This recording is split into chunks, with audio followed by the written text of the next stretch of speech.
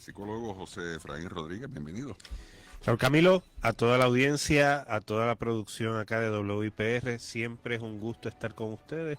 Y sí, creo que hoy es un tema pertinente, como lo son todos, pero máximo, ¿verdad? Que vamos a enfocarnos en lo que es la próxima generación. Nuestros jóvenes, nuestros adolescentes, nuestros jóvenes adultos están enfrentando un reto muy grande y esto se debe al aumento, ¿verdad? De las estadísticas en suicidios y su asociación con lo que es el consumo de cannabis a temprana edad. Y Cierto. entonces tenemos que examinar esto para poder prevenir y alertar y sobre todo salvar vidas. Hubo una convención recientemente entre profesionales de la salud mental en Puerto Rico donde se planteó esta situación y a base de esto y en general quisiera saber, licenciado, ¿cuándo se evoluciona el cerebro humano en donde no se debe alterar nada para que esas neuronas hagan sus interconexiones correctas y funcionen normalmente? ¿Cuánto tarda la evolución? Mira, los últimos estudios establecen que hasta los 25 años. Hasta los 25 años, el cerebro de un ser humano, sea hombre o mujer, está en desarrollo, está madurando hasta que se consolida. Si vamos, digamos, a etapas importantes, aunque todas lo son, lo cierto es que, digamos, para un recién nacido es súper importante tener una madre saludable que lo lacte y que empiece esas primeras interacciones para ese desarrollo neurológico de lo que es la seguridad, de lo que es el apego y el afecto. Posteriormente pasamos a una etapa que ya pues los niños entran a la etapa preescolar y ahí es lo que llaman la esponja. La esponja porque el menor está literalmente conociendo el mundo, adaptándose al mundo, asimilando todo su entorno y un conocimiento que si no aprovechamos esa etapa, posteriormente es más difícil, digamos, superar los rezagos y todo lo demás. La adolescencia, ya desde los 12 un pico muy grande entre los 12 y los 18 Ujú. donde estamos definiendo identidad, quién soy, cómo encajo en este mundo. Y ahí encontramos los mayores riesgos. Ahora, te puedo decir en experiencia personal, cuando yo trabajaba en el Departamento de Educación Pública como psicólogo escolar, te puedo decir que tuve que manejar junto a las autoridades y los trabajadores sociales ya la incidencia de padres que le ofrecían gomis de cannabis a niños, digamos, de escuela intermedia y hasta escuela elemental. Entonces, ahora digamos que cuando entramos ya en etapas de escuela superior, las presiones sociales, las presiones de los amigos, las heridas que se han marcado, digamos, durante el desarrollo, ya sea por negligencias, por traumas, por carencias, suman un factor de riesgo para cada uno de estos jóvenes. Entonces yo creo que tenemos que estar alertas a las señales. En el caso del uso del cannabis medicinal, que pueda tener acceso a estos jóvenes desde temprana edad, ¿cómo afecta la evolución normal de esas neuronas, de la interconexión del cerebro en sí? Raúl, la realidad es que ningún menor debería estar tomando cannabis de ninguna manera, o sea, ni por vapes, porque ya digamos en escuelas intermedias, en escuelas superiores y posteriormente en las universidades, el vape se ha convertido en una moda. Entonces, ninguno de estos jóvenes debería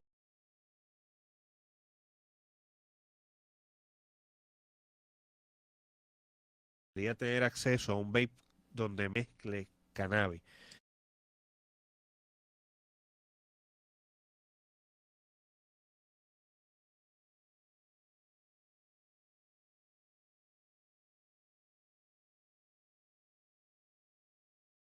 Igual, para los menores de edad, eh,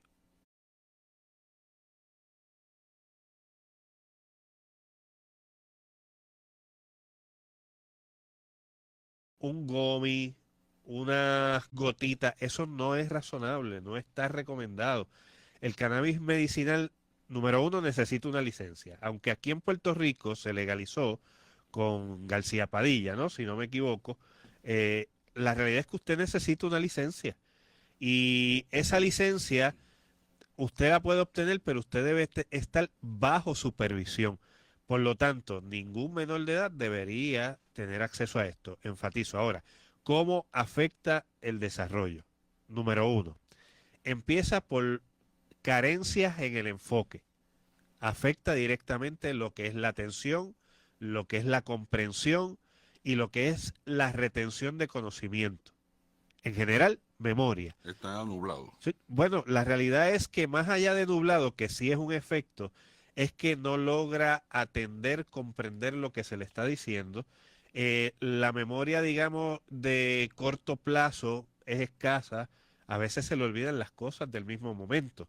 También aquella que es la memoria de trabajo, que es como yo voy, digamos, aprendiendo a hacer las cosas Ujú. para crear unos patrones y unas rutinas. La memoria. La memoria esa de trabajo se afecta. Entonces empiezo a tener disfunciones, digamos, en escritura, empiezo a tener disfunciones, digamos, en los hábitos de estudio, en tareas cotidianas y posteriormente las memorias episódicas, que son eventos importantes de la vida, eventos relevantes, digamos que empiezan a borrarse, no tengo recuerdos.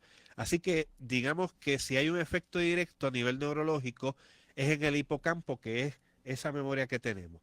Ahora, también a nivel sináptico, ¿qué es eso? Me pongo técnico, pero lo que les quiero decir es que el consumo del cannabis en menores, en adolescentes y en jóvenes adultos, lo que empieza es a crear, digamos, un disloque, un cortocircuito neuronal donde entonces no se transmite el conocimiento, no puedo formular ideas y específicamente en el lóbulo frontal, en la corteza prefrontal. Si usted se pone la mano en la frente, eso es su lóbulo frontal y su corteza prefrontal. ¿Qué sucede? Ahí tomamos decisiones, ahí manejamos emociones. Eso empieza a degradarse. Por lo tanto, vamos a tener niños, vamos a tener adolescentes y jóvenes adultos con conductas impulsivas, de regulación de emociones y posteriormente conductas de riesgo. Ahí entonces entramos al tema.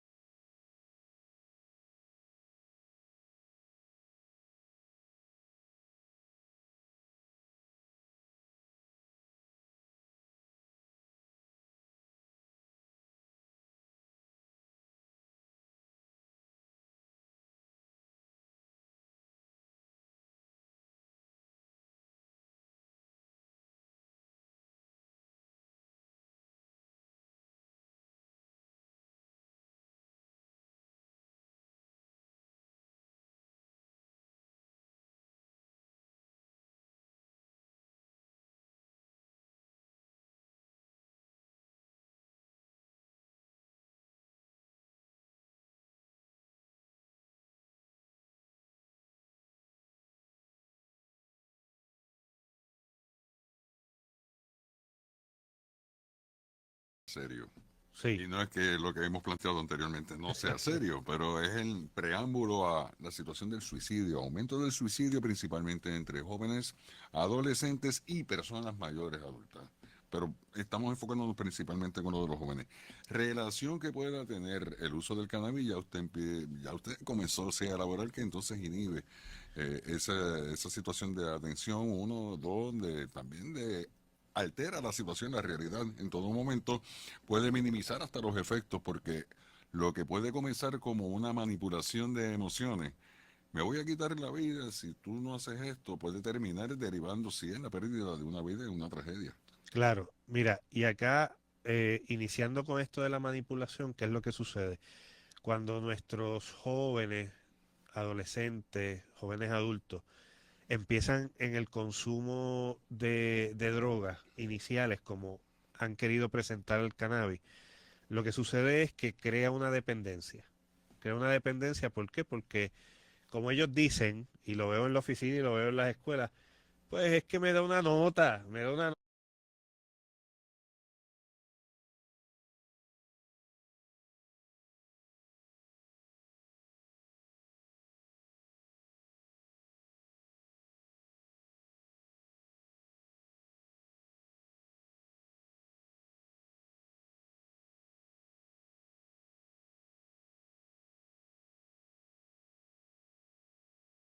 nota, estoy slow, estoy en la mía.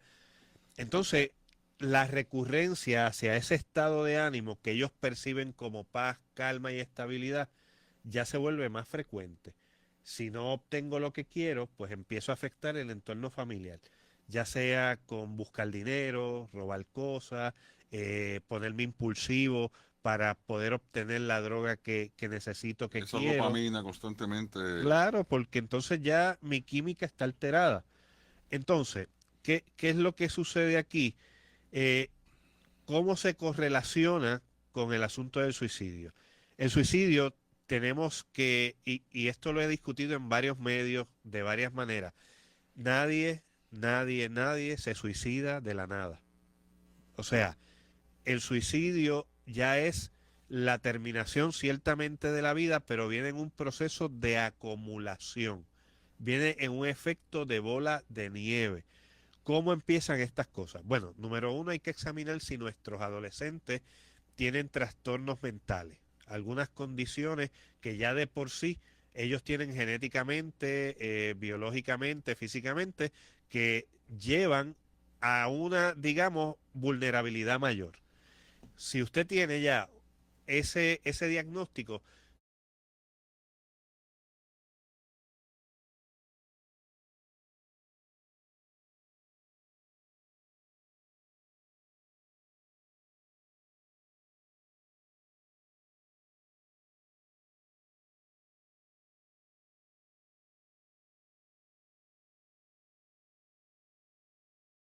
no debería estar consumiendo cannabis porque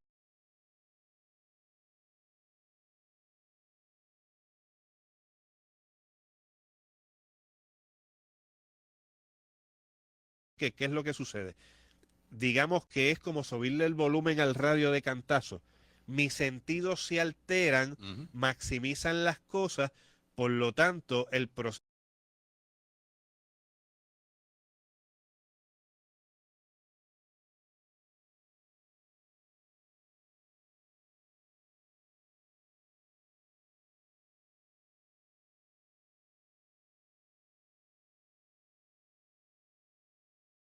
de procesar las emociones, el procesar las crisis de la vida, se vuelve mucho más intenso.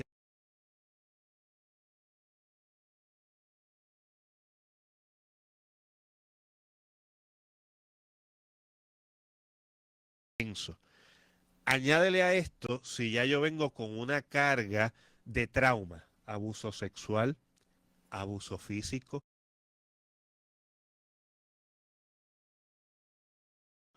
de privación económica, digamos, a veces aislamiento, digamos que el entorno social, el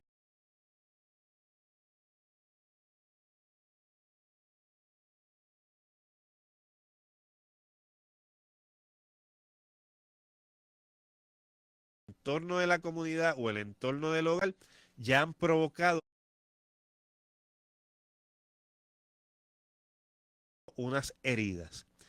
¿Qué sucede? Que si no son atendidas, y aquí viene un factor bien importante, por lo general, no en todos los casos, pero por lo general, las personas que se inician en el cannabis o en alguna otra droga es porque hay un dolor interno no resuelto a causa de situaciones y eventos significativos en la vida que se acumula, no se maneja y posteriormente terminamos en estas conductas. ¿Y qué es lo que sucede?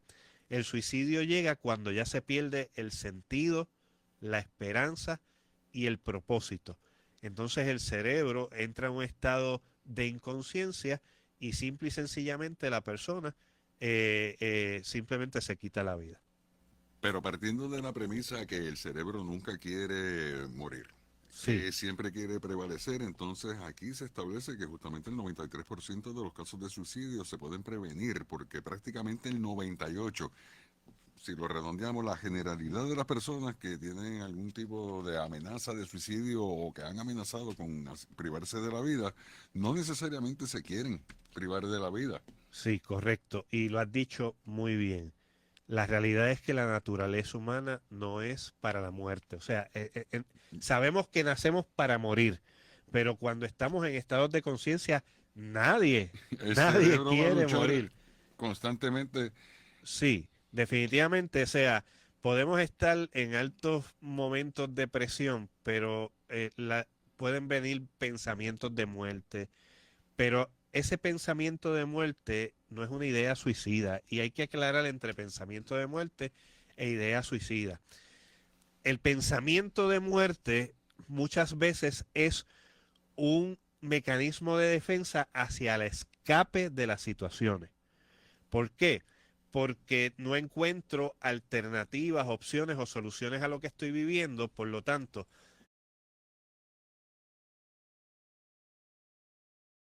mejor sería desaparecerme.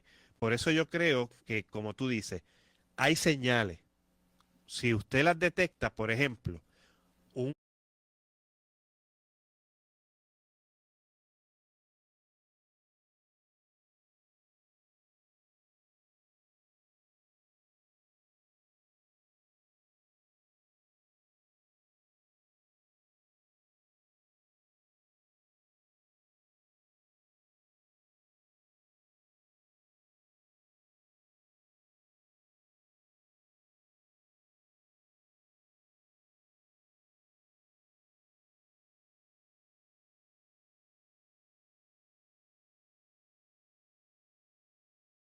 joven, un adolescente que se aísla, que se encierra,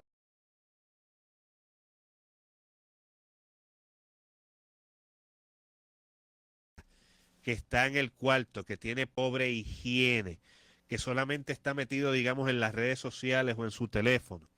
Un joven, un adolescente,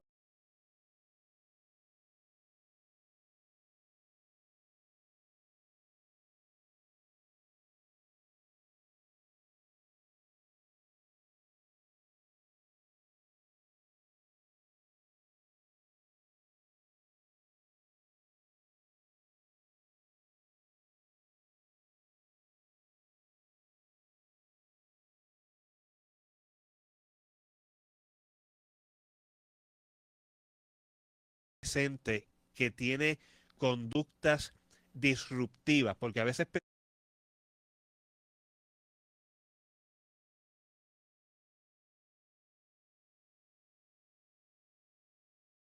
pensamos que solamente que anda pasivo, que anda llorando, que Ujú. anda triste. Sí, esos son partes, pero a veces es el extremo contrario. Estoy en pelea, estoy irritado, estoy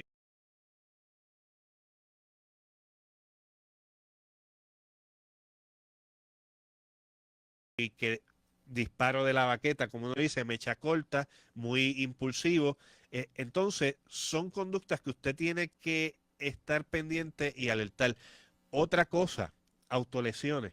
Hay veces que la previa, como uno dice en el soccer, la previa Ujú. o el preámbulo, es que empiezo a autolesionarme. Yo he trabajado tanto con jóvenes varones como con jóvenes féminas que empiezan, digamos, a lacerarse las muñecas. He tenido otros que se han hecho cortes muy profundos en los antebrazos. También usted, con mucho respeto, con mucho cuidado, debería verificar las pertenencias de su joven, de su adolescente. Ese cuarto, yo sé que ellos merecen privacidad, pero si ya usted está viendo los indicadores, Raúl Camilo, yo he encontrado cuando empezamos a investigar jóvenes que guardan navajas, jóvenes que guardan cuchillos,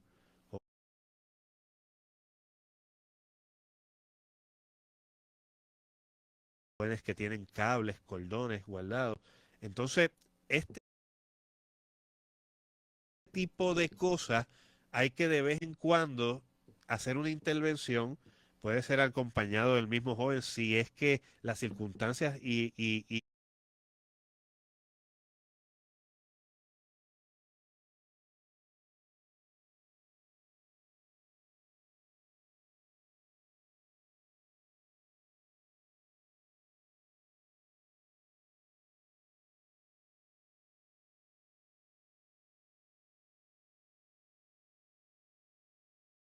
el ánimo lo permite, pero usted debe supervisar esas gavetas, esa ropa debajo de las camas.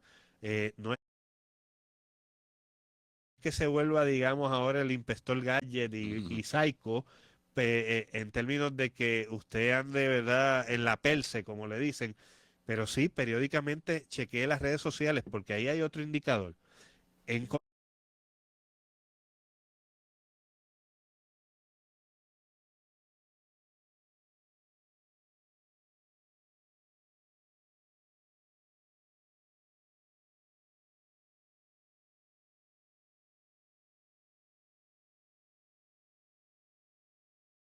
encontrado, El consumo de...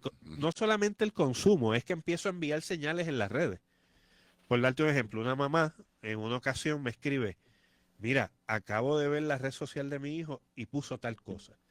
Y cuando empezamos a ver y a explorar en el reel, en la historia, empezamos a ver que ya se habían emitido mensajes. Me siento solo, nadie me atiende, o empiezo a poner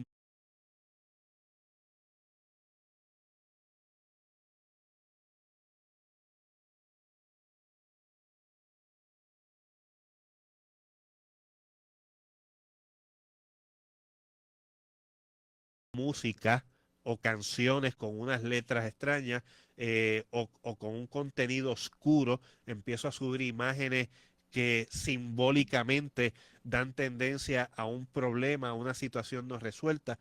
Entonces tenemos que ir por ahí marcándolo porque sí, se pueden salvar vidas, se puede prevenir. el movimiento gótico. Bueno, por ahí, ¿verdad?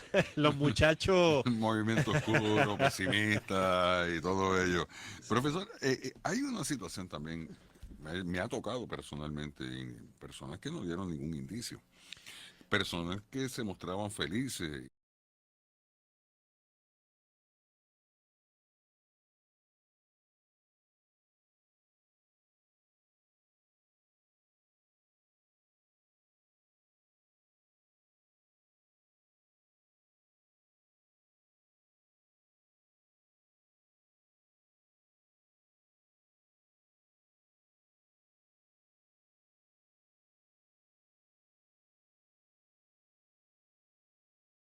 Y eso también lo hemos visto en las redes como una situación de alerta. Personas que se expresaban contentos, felices, eran el alma de la fiesta prácticamente en todo momento, nunca se quejaron de nada. Y de momento llega la llamada, fulano de tal se privó de la vida, ¿cómo? Pero si estábamos los otros días, estábamos, y se veía bien, se veía feliz. sí, ahí llamamos lo que son conductas encubiertas.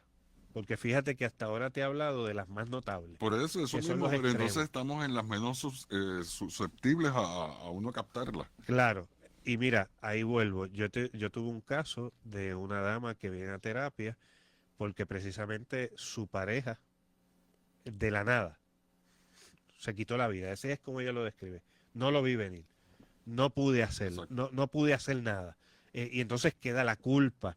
Hablamos, ¿verdad?, de la prevención del suicidio, pero quien queda vivo tiene unas secuelas de trauma.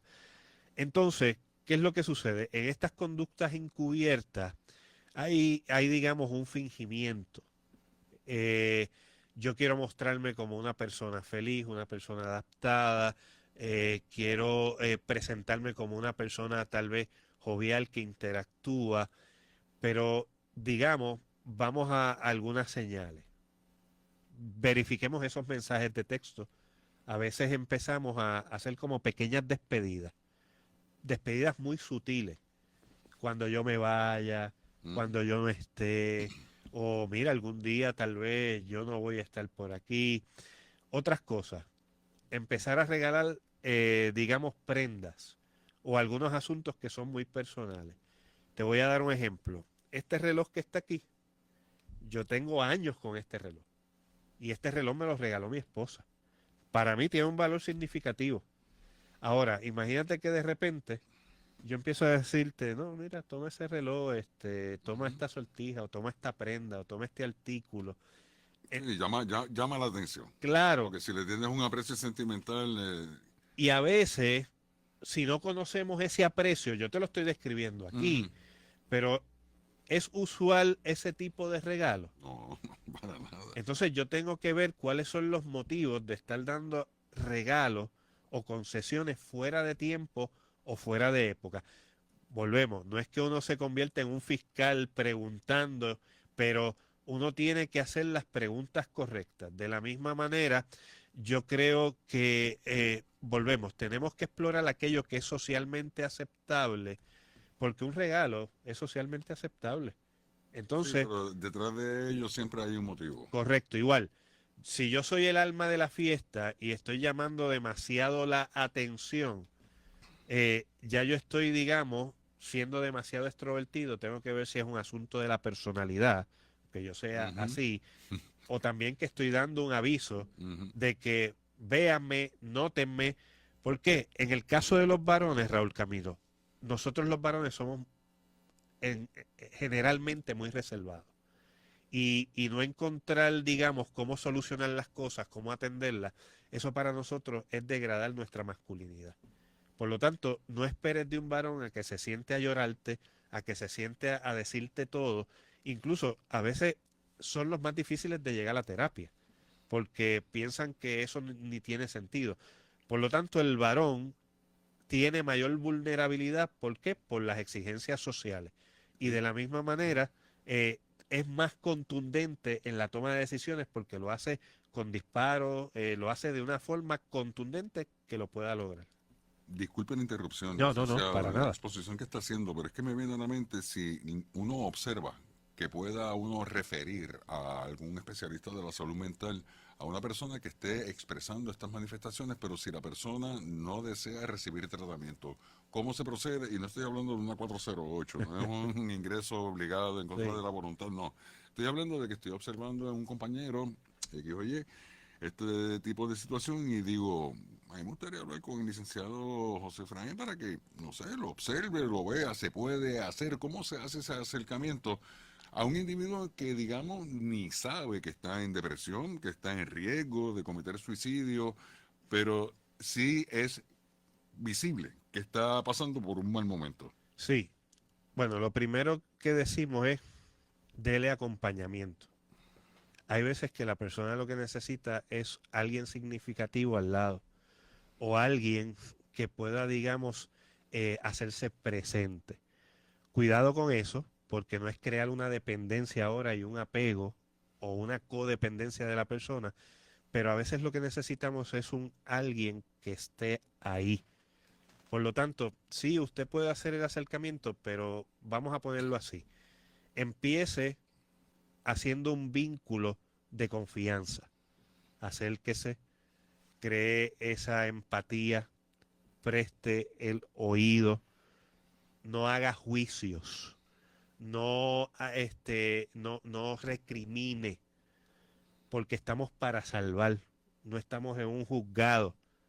Estar deprimido no es un crimen, estar en una crisis no es que seamos en un desperfecto, unos errores, es parte de la vida. A lo mejor esa persona no tiene las herramientas y los mecanismos de manejar el sufrimiento. Entonces, primero, acompáñele, préstele oído, cree una confianza, una empatía. Posteriormente, mire, una 408, para aquellos que tal vez no sepan, pero yo creo que la hemos hablado también en otras ocasiones, Ujú. es una orden que nos permite la ley para que una persona que no está en estado de conciencia o que tiene una conducta que puede ser peligrosa para ella misma o para terceros y hasta para la propiedad, usted puede ir al tribunal y activarla.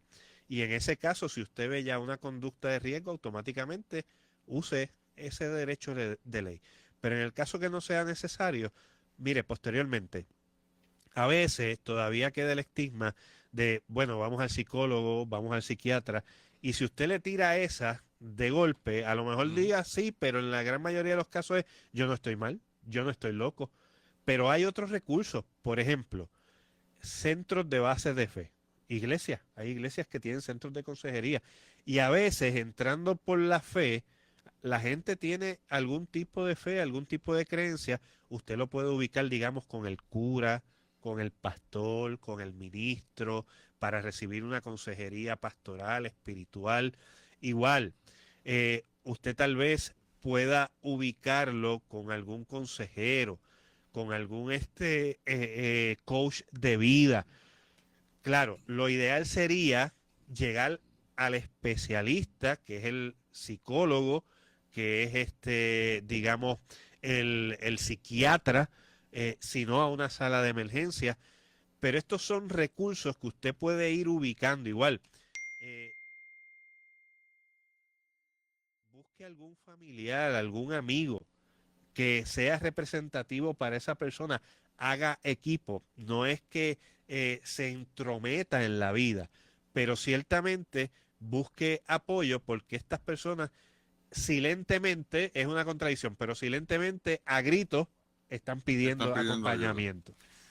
Bueno, licenciado, si las personas desean mayor información de los servicios que usted ofrece, de los talleres, ¿tiene algo pendiente por ahí? Pues Porque usted siempre mira, está muy activo en las redes sociales o si no estamos en canales, ¿verdad? De otras emisoras. sí, sí, sí, mira, para gracia del cielo y agradeciendo a ustedes, los comunicadores, y a los medios de comunicación. Ciertamente hay otros segmentos en otras emisoras, en otras televisoras también, Ujú. pero usted puede seguirme en las redes sociales por Facebook, Instagram y YouTube. Ahí siempre hay material educativo. En el canal de YouTube, que usted puede entrar allí por José Efraín Psicólogo, @José Efraín Psicólogo en todas mis redes sociales, pero en el canal de YouTube específicamente están todos los segmentos, todos los programas de todas las emisoras, de todas las televisoras. Allí puede obtener información. Igual 787-307-9339 para citas y conferencias. 787-307-9339. Me hablan de qué hay en estos días. Pues mira, ya vengo de una semana de haber estado, digamos, hablando sobre los retos de los varones, precisamente en el entorno social contemporáneo. También ya este próximo lunes, eh, creo que es 5 de mayo, Ujú. a las 7:30 de la noche, estoy en San Juan, en una de las iglesias, trabajando con lo que es un conversatorio sobre criar a los hijos. Si usted va a las redes sociales, va a ver los anuncios, va a ver las localidades, va a ver las horas, las ubicaciones, y por ahí entonces hay una serie de conferencias, talleres que también vamos a estar interviniendo en distintas entidades. El libro de Si dice el padre, La honra de ser hombre, lo puede conseguir en Casa Norberto, en Amazon, en The Bookmark, en Pura Vida